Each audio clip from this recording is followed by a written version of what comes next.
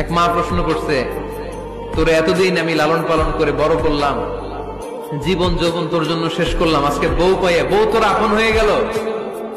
এবার ছেলে উত্তর দিচ্ছে, মা, আমার মুখ থেকে মা ডাক শোনার জন্য তুমি কি কষ্টটাই না করছো জীবনে।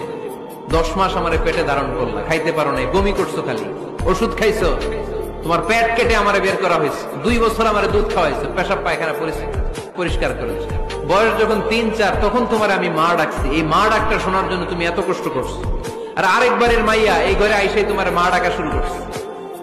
যেই মেয়েটা তোমারে মা ডাকে সে আমার আপন হবে না কেন মা?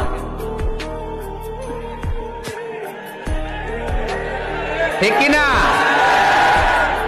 এই মা ডাক শোনার জন্য তুমি এত কষ্ট করলা, আমার লালন পালন করলা, 10 মাস পেটে ধরলা, পেশাব পায়খানা পরিষ্কার করলা, এরপরে মা ডাক শুনতে পারছো।